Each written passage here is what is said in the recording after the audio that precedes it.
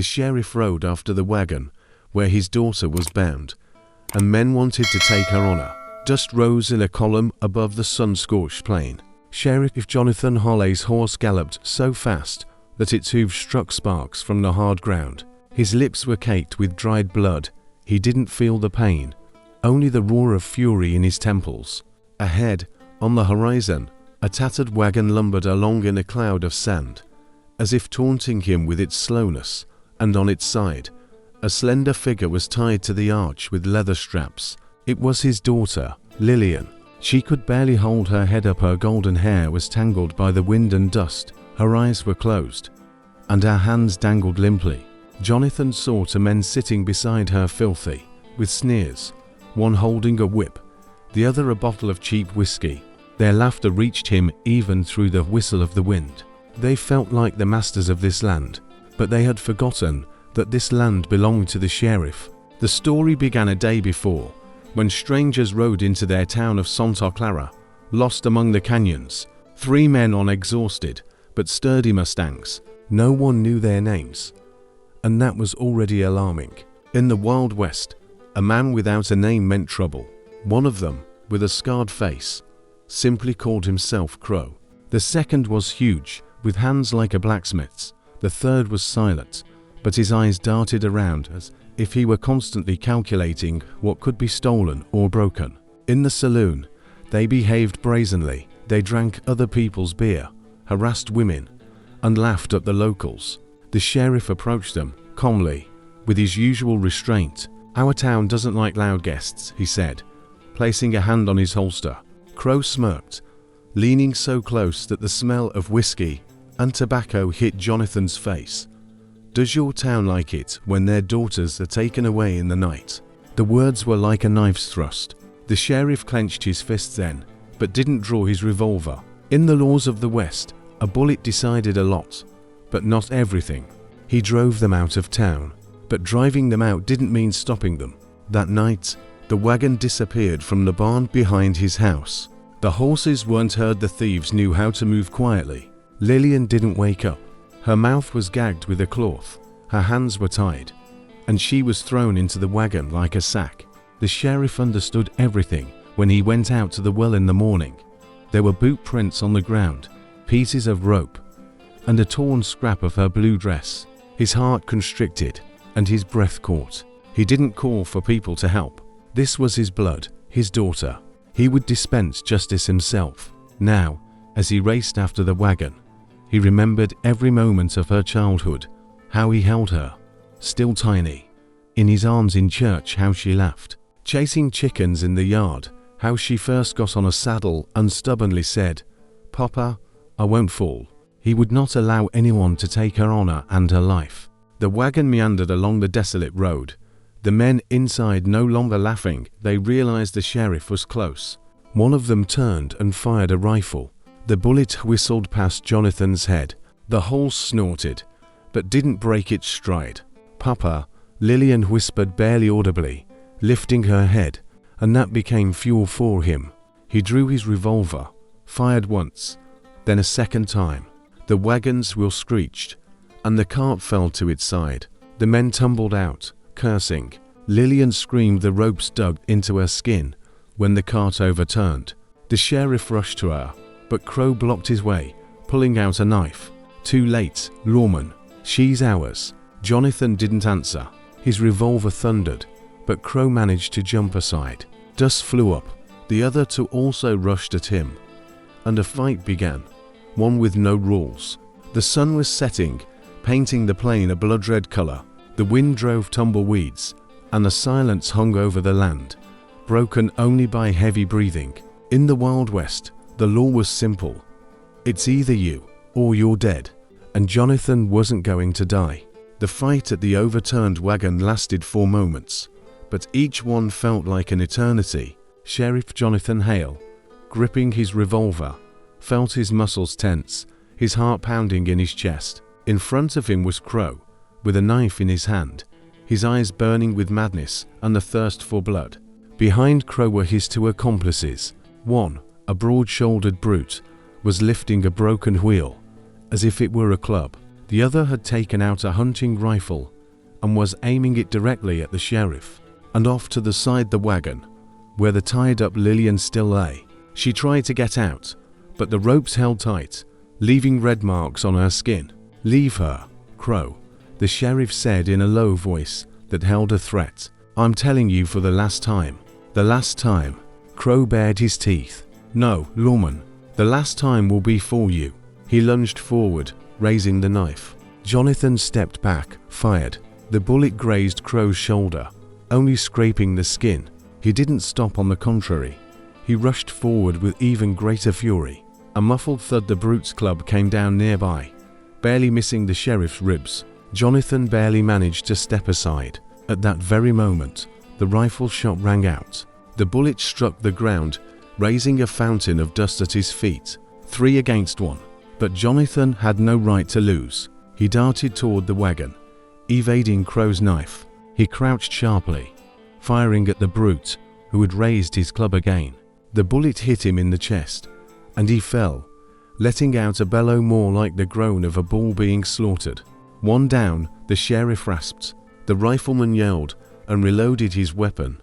Crow hissed like a snake and attacked again. Jonathan didn't shoot now. He saw madness in Crow's eyes. This man wouldn't stop until one of them was in the ground, and so the sheriff holstered his revolver. "Come on then," he said. "Prove you're a man, not a jackal with a knife." Crow growled, lunged. Their bodies collided. Dust flew up. It was a fight not according to law, not according to rules, just a struggle for life. Crow tried to plunge the knife into the sheriff's neck, but Jonathan grabbed his wrist, squeezing so hard that the fingers cracked. The blade stopped an inch from his skin. Malice and desperation flickered in Crow's eyes. He tried to knee him in the stomach, but the sheriff held firm and headbutted his opponent in the face. A nose crunched. Blood gushed, staining the dust under their feet. Crow howled, but didn't let go of the knife. Then Jonathan twisted his arm, forcing the blade to enter its owner's chest. Crow recoiled, his eyes bulging, and with a muffled groan, he fell to the ground. His body twitched, and then it stilled. To down, the sheriff exhaled. Only the rifleman remained. He stood to the side, pale, his hands shaking. The rifle was ready again, but fear had already conquered courage. "Shoot if you can," Jonathan said, raising his revolver. The man's fingers twitched. He tried to pull the trigger but couldn't. His eyes darted from Crow's corpse to the sheriff. Then he threw down his rifle and ran toward the hills, not looking back. The sheriff didn't shoot him in the back. He knew this man was already punished by the fear that would haunt him for the rest of his life. Jonathan rushed to the wagon. "Lillian," he shouted. She opened her eyes, tears streaming down her dirty cheeks. "Papa," he cut the ropes, gently lifting her into his arms. She was trembling, as if chills were shaking her body. "It's over," he said softly. "You're safe." But he himself knew nothing was over yet. These 3 were just the beginning. Crow and his men didn't act on their own. Someone sent them, and the one who was behind them wouldn't stop. They returned to town in the evening. The sun was setting, painting the streets of Santa Clara in crimson tones. People came out to meet them. Women covered their mouths with their hands. Men frowned. Everyone understood. Something terrible had happened. "Sheriff, who did this?" the old blacksmith asked. Jonathan looked at his daughter, then at the bodies of the 2 dead men tied to his horse's saddle. "This isn't all," he answered. "This is just the beginning." And at that moment, he swore, until he found out who was behind the kidnapping, until he destroyed the last person who wanted to deprive his daughter of her honor, he would not lay down his weapon. In the evening, he sat by the window of his house, polishing his revolver. Lillian was sleeping in the next room. The only sound was the wind, wandering through the empty streets. But a storm was growing inside Jonathan. He felt there was something more behind this than the lust of a few bandits. This was a test, a warning, and that meant a war was ahead. And he was ready. Morning in Santa Clara didn't begin with a rooster's crow or the ringing of the church bell. It began with silence, and anxious, thick silence, so deep that even the dogs didn't bark. Sheriff Jonathan Hale was the first to wake. Sleep wouldn't come. Crow's dead, bloody sneer and Lillian, tied in the wagon, were etched in his mind. These images wouldn't let go. He sat on the edge of the bed, gripping his revolver, as if afraid that enemies might burst in even in his sleep. In the next room, Lillian breathed quietly. During the night, she had shivered, tossing and turning, as if the dirty hands of her kidnappers were still reaching for her in her nightmares. The sheriff had brought her water, changed the bandage on her wrists where the red rope marks remained. He stroked her head and whispered, "You're safe." But he knew it was just words, a comfort for her. There was no more safety. By noon, the priest, Father Matthew, came to the sheriff's house, a tall, gaunt man with grey hair and a weary look. "Jonathan," he said softly, entering the house, "the news of yesterday has spread. People are frightened." "I know," the sheriff replied, pouring himself some coffee. "The town always lives on rumors faster than truth. But in this case, I'm afraid, even the truth won't calm them." The priest sighed. "They're saying that someone powerful was behind Crow, that he had a master." Jonathan looked at him intently. "A name?" Father Matthew lowered his voice. "Blackstone." The name hung in the room, a gold shadow. Blackstone, a man whispered about even in the noisiest saloons. A land dealer, a cattleman, a banker, the owner of half the county. For some, the wealthiest proprietor. For others, a predator who took anything that wasn't nailed down. And the most terrifying thing, he had men, dozens of armed men, ready to do anything for money and for his power. The sheriff clenched his fist. "I knew this wasn't just a gang of rabble," he said. "But if it's true, then my daughter was just the beginning." Father Matthew crossed himself. "Jonathan, I must warn you. If you go up against Blackstone alone, you won't survive. That man knows no mercy." The sheriff looked up. His eyes were full of steel. "I won't go alone." A couple of hours later, he stood on the town street, looking at the gathered residents.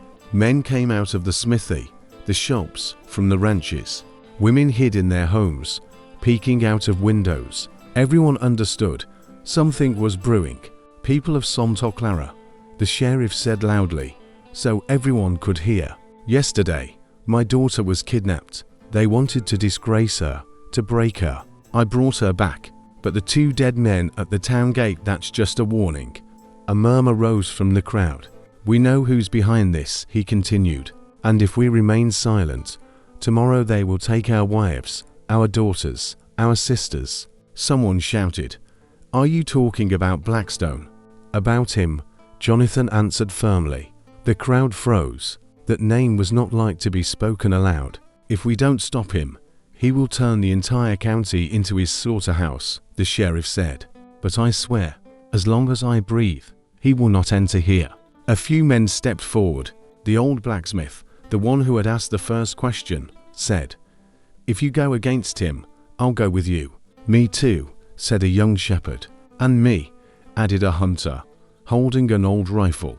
So, little by little, resolve was born from fear. But Jonathan understood.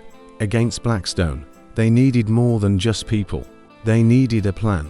That night, he sat at a table. A map of the county spread out.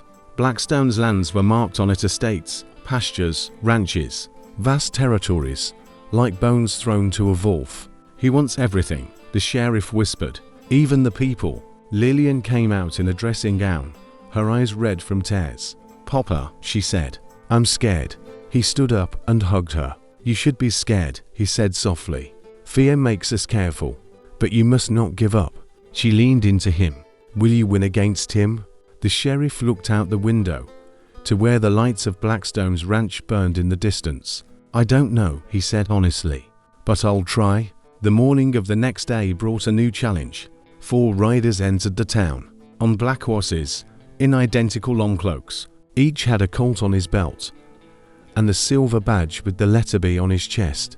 These were Blackstone's men, his dogs. They stopped at the saloon. The leader, with a black beard and a cold gaze, said loudly, "Where's Sheriff Hale?" The crowd on the street parted. All eyes were on Jonathan's house, and in that second, the town understood. The war had begun. Blackstone's riders dismounted slowly, with the air of owners who owned every stone on the street of Santa Clara. The crowd retreated, as if the wind was blowing dry leaves. No one wanted to meet their eyes. The leader among them, a bearded man with narrow, evil eyes, nicknamed Colmeric, looked around the town as if searching for where to leave his mark. He threw the reins to a stable boy, and the boy paled so much he nearly dropped the bridle. "Where's the sheriff?" he repeated louder, no longer asking, but commanding. The door of the sheriff's house opened, and Jonathan came out into the street. His step was heavy, but confident. His revolver hung at his hip, his hand not reaching for it, not yet. "I'm here," he said. Cole smirked. "Well, that's good. Then let's talk like men." They met in the middle of the street. The crowd watched, holding its breath. "Blackstone is displeased," Cole began, shaking his head. "Very displeased. You killed Crow and another one of ours. They kidnapped my daughter," the sheriff answered firmly. "That's not the law. That's an abomination." Cole smirked, baring his yellow teeth. "The law," he repeated, as if tasting the word. "The law is where the strong man holds it, and the strong man is our master, not you. In my town, I decide the law," Jonathan said coldly. "And as long as I live, your masters will not enter here." Someone in the crowd gasped. These words were equivalent to a gunshot. Cole frowned. "Then listen. You have a day. Either you and your daughter get the hell out, leaving the town without a sheriff, or tomorrow 20 of ours will come here, and then blood will flow through these streets like water after a rain." He stepped closer, looking directly into Jonathan's eyes. "Are you ready to bury everyone for your stubbornness?" Silence. Only the creak of the wind in the shutters. Jonathan slowly approached and said so quietly that only Cole could hear, "If you come here with 20 tomorrow, I'll bury 20. Cole tensed for a second, but then he smirked and clapped the sheriff on the shoulder. "A brave man. Well, we'll see how long your spirit lasts." He turned to his men. "Saddle up." The riders left just as slowly as they had come. Only the dust from their hooves hung in the air for a long time. The crowd buzzed. People talked among themselves. Some clutched their heads. Women whispered prayers. The blacksmith stepped toward the sheriff. "You've angered them. Tomorrow they'll come and start a massacre. They'll come tomorrow anyway," Jonathan replied calmly. "The question is whether we will meet them standing or on our knees." He looked at the men. "Who's ready to stand with me?" The silence was heavy, but the young shepherd was the first to raise his hand. "I am," he said. "I'd rather die with steel in my hands than wait to be crushed." The hunter stepped out after him, then the blacksmith, then 2 more. So that night, Santa Clara began to gather a militia. The sheriff knew the men had little in the way of weapons, and they shot poorly. So he opened the old barn behind the house and took out several rifles that had been there since the war. "Learn," he said, handing out the weapons. "Tomorrow you'll be shooting not at targets." They practiced until dark. Lillian stood in the doorway, watching her father teach the men how to hold a rifle, how to check the cartridges, how to stand so their hands wouldn't shake. That night, no one in town slept. At dawn, they came. First, silhouettes appeared, riders on the horizon, then the sound of hooves, and finally, 20 armed men rode into Santa Clara. Like an avalanche, they were led by Colmeric himself. "Well, Sheriff," he yelled, "ready to die?" Jonathan stepped forward. Behind him was a dozen men with rifles. "Today, the one who breaks the law will die," he replied. Cole raised his hand. His men reached for their weapons. "Then let's begin." The first shot rang out from the hunter's rifle. The bullet hit one of Blackstone's men in the shoulder. He fell from his horse. The street exploded with thunder. Bullets whistled, glass shattered. People screamed. Jonathan fired twice. One attacker fell face down in the dust. The second howled and toppled under the hooves of his own horse. The townspeople shot uncertainly, but desperately. They hid behind barrels, doors, shutters. Cole roared, waving his revolver. "Kill them all." Bullets tore through the air. The blacksmith was wounded in the leg, fell, but continued to shoot from a lying position. The shepherd held his rifle with both hands and screamed in terror, but his bullets found their targets. And then Lillian came out onto the street. "Get back," Jonathan yelled, seeing her. But it was too late. She raised her father's rifle, the one he had given her for hunting, and she shot. The bullet hit one of Blackstone's men in the stomach. He bent over and fell. Everyone turned. The girl with loose hair and fury in her eyes stood in the middle of the street, holding the rifle. "This is our town," she shouted. "You won't take it." Her voice drowned out the roar of the shots, and in that second, the men of Santa Clara seemed to find a second wind. They fired in unison, and the enemies began to retreat. Cole saw this and gritted his teeth. "Retreat," he commanded. "This isn't the end yet." And the riders, leaving behind 3 dead and 5 wounded, sped away, leaving the town in dust and smoke. The sheriff stood in the middle of the street. His hands were trembling with exhaustion. Nearby lay the bodies of the enemies, and next to them his men, wounded, but alive. He turned to his daughter. "You," he began, but his voice wavered. Lillian lowered the rifle. There were tears on her face. "I couldn't sit and wait," she whispered.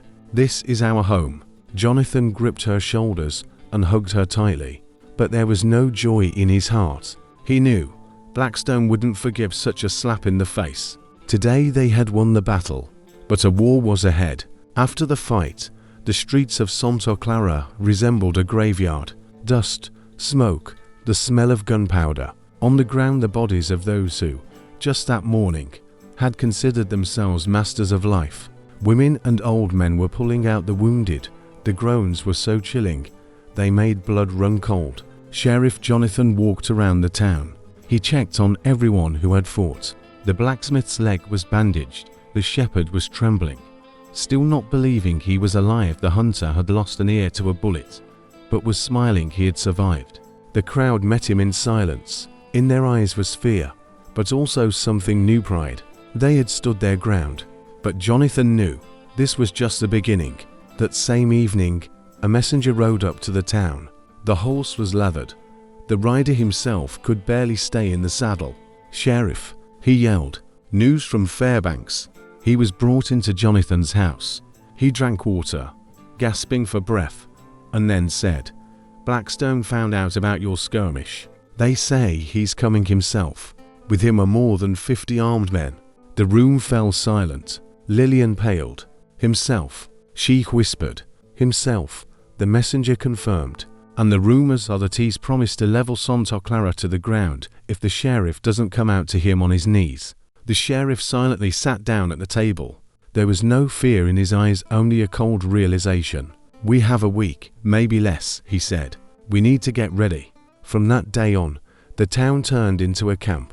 Men worked day and night sharpening weapons, building barricades, fortifying buildings. The blacksmith, with his wounded leg, still forged new horseshoes and fitted iron for rifle barrels. Women prepared bandages, stocked up on water and food. Even children helped. They carried firewood, collected empty casings. The sheriff was in charge. He taught the people to shoot, so that every bullet had value. "We are not an army," he said, "but we will fight for every stone." However, not everyone was ready to go to the end. The grocer, Mr. Hanson, came to him, a portly, nervous man with shaking hands. "Sheriff," he said, "listen to a reasonable piece of advice. Surrender. Leave with your daughter.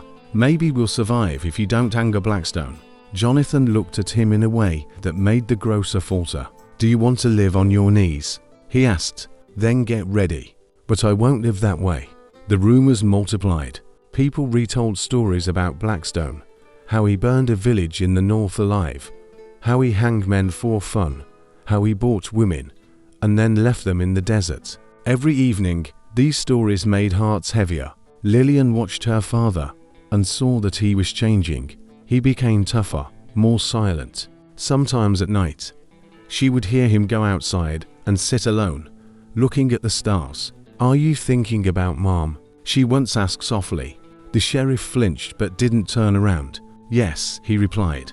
"She always knew I would choose duty, even at the cost of my life." Lillian sat next to him and rested her head on his shoulder.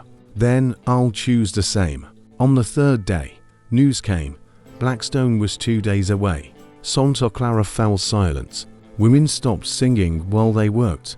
Children no longer played. Even the dogs were on edge. In the evening, the old preacher came to Jonathan. "My son," he said, "Blackstone is a man not only with a weapon, but with a devil's power. He's feared because he knows how to break a soul. Be careful." The sheriff nodded. "I have no choice," he answered. And then the day came when the earth trembled from hooves. First, a black flag appeared. Then riders a whole river of armed men. And among them, on a black stallion, he rode. Blackstone, tall, broad-shouldered, in a black cloak. His face was sharp, cold, his eyes empty. The crowd in town froze. No one dared to breathe. He stopped his horse right in front of the sheriff's house. "Jonathan Reeves," he said in a low voice that held no emotion, "I heard you dared to touch my men." The sheriff stepped forward to meet him. "They kidnapped my daughter." Blackstone smirked. "So, you've decided to fight. I've decided to defend the law." Silence hung over the street. Blackstone slowly looked over the people standing behind the sheriff. "You have brave peasants," he said, "but this is not an army. I can wipe your town off the face of the earth in an hour." He leaned forward, and his voice sounded like a verdict. "Leave, sheriff. Leave Santa Clara to me, or I will make your daughter beg for death on her knees." The crowd gasped. Several women sobbed. Lillian stood behind her father. She was pale, but not from fear, from fury.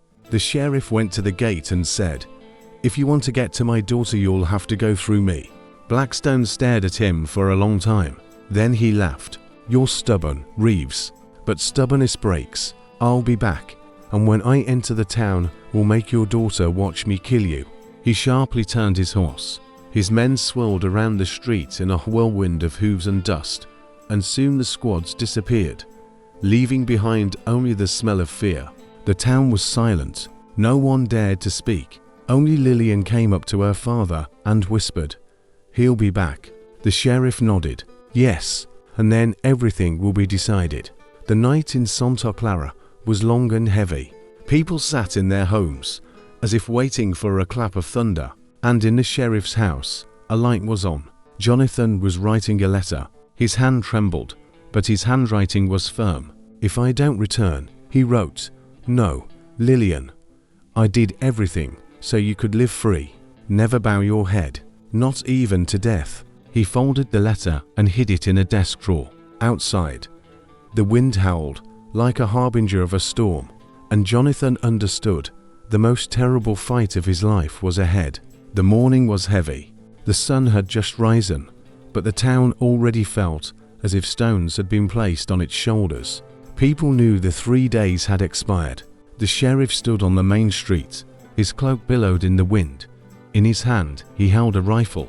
A revolver hung from his belt. Lillian stood beside him, stubborn and proud, though pale. At that moment, the first riders appeared in the distance. Then a whole avalanche. Blackstone was returning, but this time, he didn't attack immediately. His men surrounded Santa Clara in a ring. The town streets filled with silence, broken only by the cawing of crows on the roofs. "They're blocking us," the blacksmith said, leaning heavily on his crutch. "They want us to surrender on our own."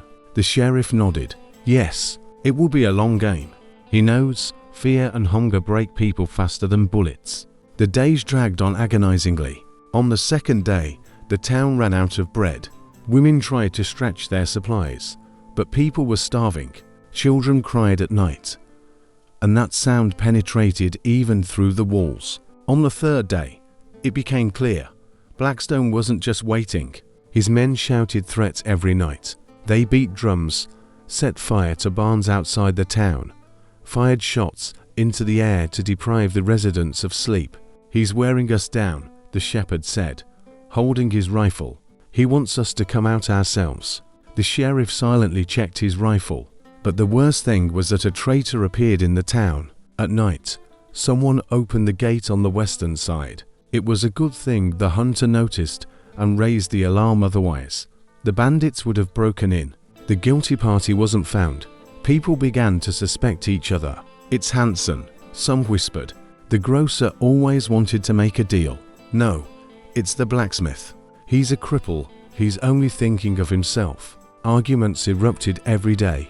The town was coming apart at the seams. The sheriff gathered the people and said, "If we start fighting each other, Blackstone will win without a single shot." But he saw, words don't always get through. One evening, Lillian came to him. "Papa," she said, "I saw Mr. Hanson hiding a sack of food in the cellar." The sheriff frowned. Where would he get food when everyone else has none? Lillian shook her head. "I don't know, but he often leaves at night when he thinks no one is watching." The next morning, Jonathan gathered the men and went to the store. Hanson met them with a smile that was too tight. "Gentlemen, what brings you here?" The sheriff didn't say anything. He went straight to the cellar, and there, in the corner, were sacks of flour, salt, and dried meat. The crowd exploded. "Traitor!" they shouted. He was hiding food while the children were starving. "It's for everyone, for everyone." Hanson shrieked. "I wanted to save it for a worse time," but no one believed him. The sheriff raised his hand. Silence fell. "You were feeding the enemy," he said quietly. "We'll find the proof." And indeed, they found Blackstone's mark in the sack, a skull drawn with charcoal. The crowd wanted to tear the grocer apart right there, but Jonathan stopped them. "We won't descend to animals," he said. "We judge by the law." Hanson was locked in the cellar. That same night, Blackstone himself appeared at the gate. He rode slowly, alone. The men on the walls froze. "Sheriff," he yelled, "I heard you have rats in your town. I'm giving you a choice. Hand over your daughter to me, and I'll release the rest." The crowd gasped. A few women sobbed. Lillian stood behind her father. She had gone white, but not from fear, from fury. The sheriff came out to the gate and said, "If you want to get to my daughter, you'll have to go through me." Blackstone looked at him for a long time. Then he laughed. "You're stubborn, Reeves, but stubbornness breaks. I will return, and when I enter the town, will make your daughter watch me kill you." He turned his horse and rode away. People trembled as if the devil himself had ridden past them. On the 5th day of the siege, the town was on the brink. There was no food left at all. People were collapsing right on the streets. That night, the sheriff called a council. "He'll attack tomorrow," Jonathan said. "I saw his men moving in their heavy weapons. We won't have a chance to hold out any longer." "Then what?" the blacksmith asked. "Will we die here?" The sheriff looked at each of them. "We can die with weapons in our hands, or strike first." These words changed everything. The hunter stood up. "If we strike at night, while they're drunk, we'll have a chance." The shepherd added, "We know all the trails around here. We can set their camps on fire." For the first time in days, the people came to life. The sheriff nodded. "Then that's what we'll do. Tomorrow night." Lillian came up to him when they were back home. "Papa, take me with you." He looked at her sternly. "You'll stay here. I won't just sit when you're risking your life." She cried. "I can shoot just as well as anyone else." The sheriff was silent. Then he said heavily, "You are my heart, Lillian. If I lose you, it's all over." She cried, but she hugged him tightly. "Then come back alive." The night was as black as tar. 20 men left the town by secret paths. The sheriff walked in front, a rifle in his hands, silence on his lips. Below, in the valley, the campfires of Blackstone's camp were burning. Laughter, songs, and the clinking of bottles could be heard. "They're drunk," the hunter whispered. The sheriff raised his hand, and then the first fire flared up in the night. The blacksmith threw a torch into a wagon with gunpowder. An explosion shook the ground. Blackstone's men screamed. The sheriff gave the signal. Santa Clara struck first. The night smelled of smoke and blood even before the first torch fell into the wagon with gunpowder. A deafening explosion tore through the silence, and Blackstone's camp flared up, like hell itself. At that moment, the men of Santa Clara, tired, hungry, but determined, burst into the camp like shadows. Sheriff Reeves led the way. His face remained calm, but his eyes were blazing. He held a rifle in his hands, and 2 revolvers were in his belt. Blackstone's bandits were caught off guard. Some were sleeping. Others were drinking and laughing, not suspecting that death was coming for them from the darkness. "Forward!" the blacksmith yelled, waving a torch. His huge figure rushed straight at the nearest wagon, and flames enveloped it instantly. Screams, neighing horses, gunshots, everything merged into a single chaotic roar. The sheriff aimed with precision. Every one of his bullets found its target. He shot without hesitation, as if he was only keeping track of time, not lives. But the enemies were many, very many. Soon, the camp came to life. The bandits, staggering, grabbed their weapons, yelled, fell, and got up again. "Sheriff," the hunter yelled. To the left, two figures rushed from the darkness. Jonathan turned and shot twice. Both fell. "Hold the line," he commanded. "Don't scatter." They knew, if they spread out, they would be ground to pieces. And yet, with every flash of fire, it became clear the forces were uneven. "There's too many of them," the shepherd gasped. "We can't hold them."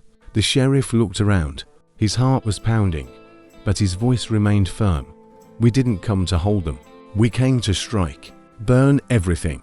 The blacksmith, limping, dragged a torch to a tent full of saddlebags. An explosion shook the camp. Bursts of fire soared into the sky, illuminating everything around. And then he appeared. Blackstone. He emerged from the shadows, tall, grim, like death itself in a black cloak. In his hand a long revolver with a silver handle. "Reeves." His voice rose above the din. "I knew you would come." The crowd of bandits parted, as if to make way for a door. The sheriff stepped forward. "It all ends today, Blackstone." "You're right," he smirked. "But not for me." They stood still, facing each other. Seconds stretched into an eternity. Eye to eye. Two men, two paths. One the law, the other the abyss.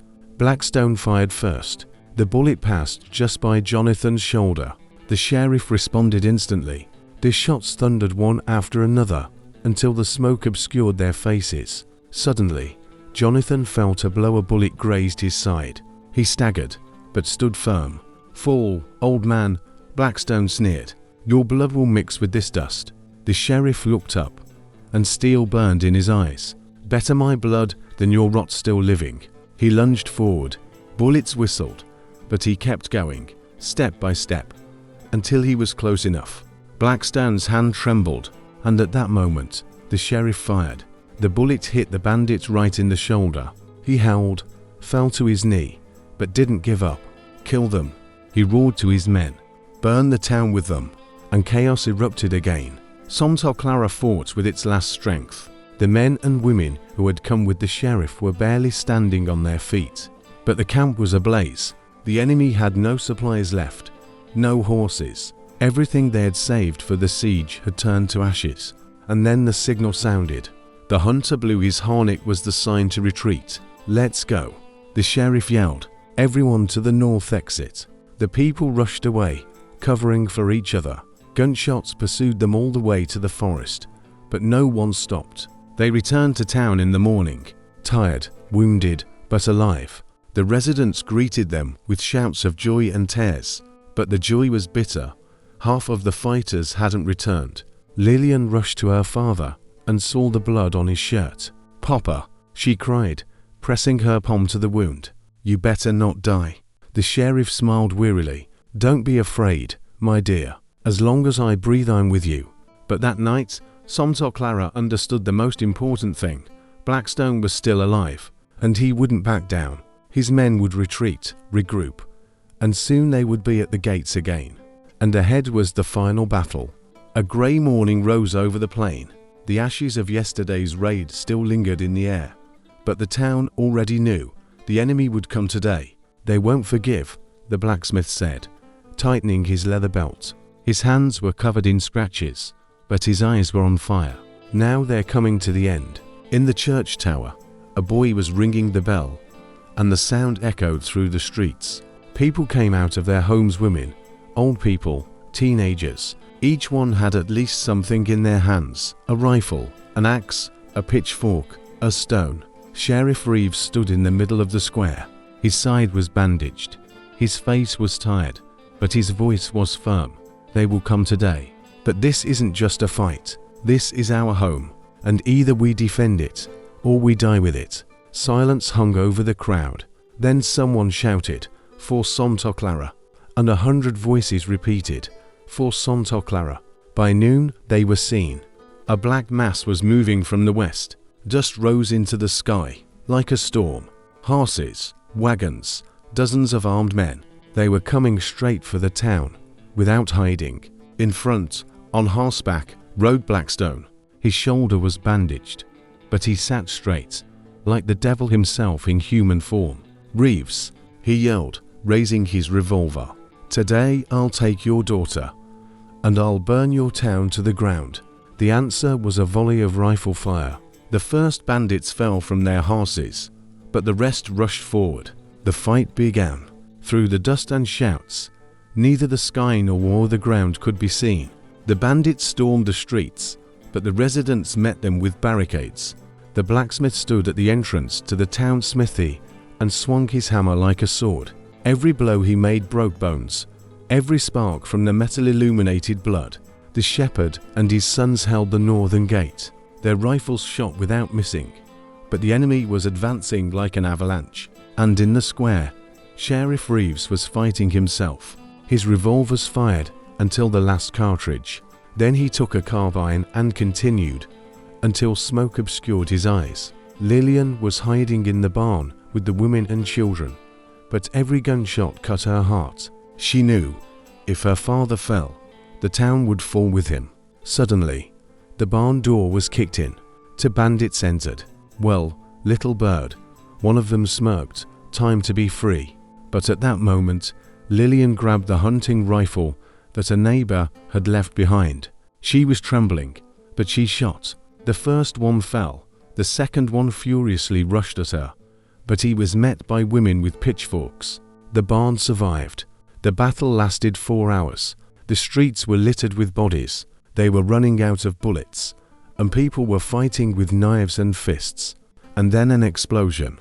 The bandits had set fire to the southern part of the town. Flames rose above the roofs. "They're going to burn us," the residents yelled. "No," the sheriff said, tearing the bandage from his side. His eyes were gleaming. "I'm going to him." He stepped directly into the flames. On the main street, amidst the fire and smoke, Blackstone was waiting for him. "You're still alive," the bandit sneered. "Well, it's time to put an end to this. The end will be for you," the sheriff replied. They stood still, facing each other. Two figures, one in a cloak, the other in a worn-out hat. Around them, the town was ablaze. Silence stretched on. It seemed that even the battle had paused, waiting for the shot. And it rang out. Blackstone fired first. The bullet went through the sheriff's hat. Jonathan didn't flinch. He took aim and fired. The bullet hit the enemy in the chest, but Blackstone stood his ground. "That's not enough," he rasped and stepped forward. They came together in a hand-to-hand fight. The revolvers fell into the dust. Fists, blows, blood. Blackstone was stronger, but the sheriff was more stubborn. Every blow resonated in his wound, but Jonathan held on. And when the bandit raised his knife, he managed to grab his arm and twist the blade. The blade entered Blackstone's chest. He stared wide-eyed. "This is impossible," and fell to the ground. Seeing their leader fall, the bandits froze. Their cries died down, and then panic began. They threw down their weapons and ran away.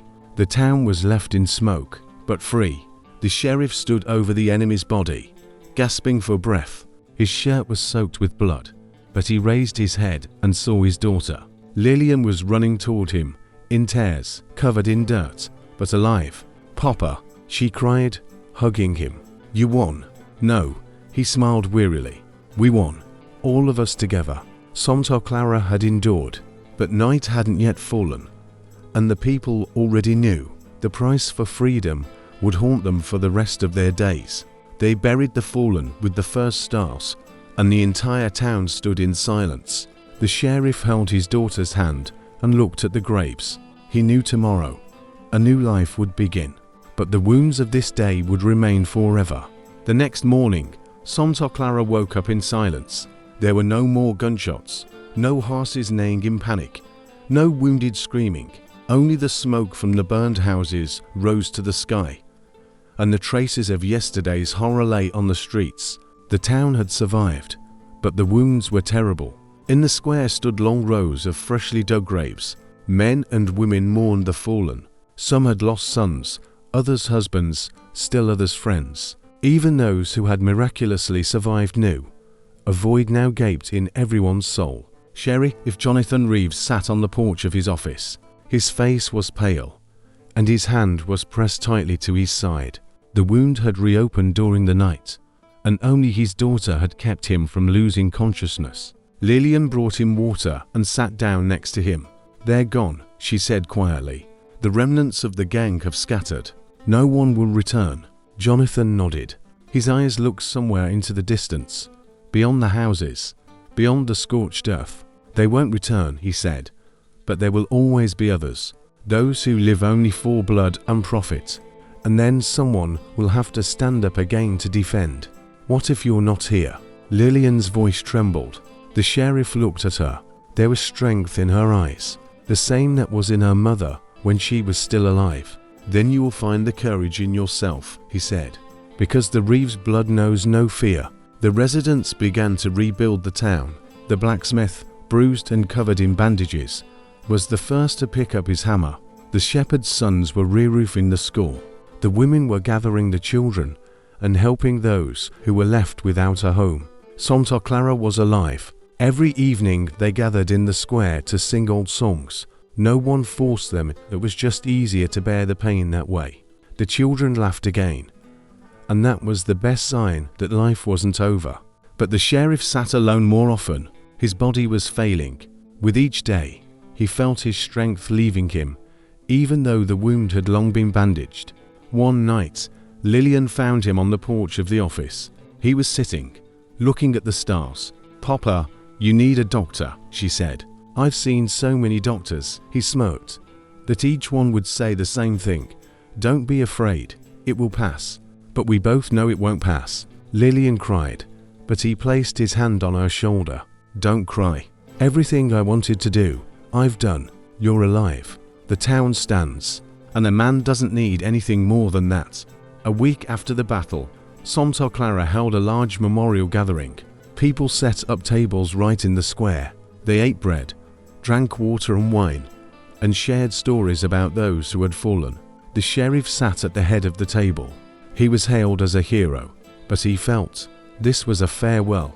When silence fell, he stood up and said, "I don't know why the Lord left me alive after that night, but I know one thing: it wasn't me who saved Santa Clara. You did, each and every one of you. The one who held a rifle, the one who put out the fire, the one who protected the children. This is our victory." The people raised their glasses. For the first time in a long time, the town smiled. Late that night, when the celebration was over, Lillian walked her father home. He sat down on the bed, took off his hat, and held it in his hands for a long time. "You'll manage," he said, looking at her. "I know you will. Don't say that." Her voice trembled. He held out the hat to her. "This hat, it's yours now. Take care of it." Lillian wanted to object, but she saw the truth in his eyes. That night, Jonathan Reeves passed away quietly, without a scream, without pain, with a smile on his lips. Morning met Santa Clara with the sound of the bell. The entire town gathered to say goodbye to the sheriff. He was buried next to Lillian's mother, on a small hill by the river. Hundreds of people stood in silence. No one gave speeches. Everyone knew words were powerless here. Lillian stood in front, clutching the hat in her hands. She didn't cry.